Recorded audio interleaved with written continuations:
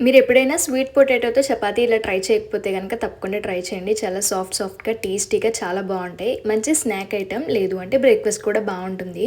So, దీనికోసం ముందు ఉడికించుకున్న స్వీట్ పొటాటోని ఇలా బాగా స్మాష్ చేసుకోవాలి. చల్లగా ఉన్నాయి కాబట్టి చేత్తో చేసేస్తున్నాను. లేదంటే స్మాషర్‌తో చేసుకోండి. ఆ తర్వాత టేస్ట్‌కి తగినట్టు ఉప్పు, కారం, ధనియాల పొడి, కొంచెం కొత్తిమీర వేసి బాగా కలుపుకోవాలి. ఇందులో కప్పు వరకు గోధుమ పిండి వేసుకొని కొద్దిగా వాటర్ వేసుకుంటూ చపాతీ పిండిలా కలుపుకోవాలి. నీళ్లు మాత్రం చూసుకుంటూ వేసుకోవాలి. ఎక్కువైతే గనక ఇబ్బందవుతుంది. ఇలా ఒక చపాతీ ముద్దలా కలిపేసుకున్నాం కదా! ఒక అరగంట సేపు నానబెడితే బావుంటుంది. ఆ తర్వాత మళ్ళీ ఒకసారి బాగా నీట్ చేసుకొని చిన్న బాల్స్‌లా చేసుకొని పక్కన పెట్టుకున్నా.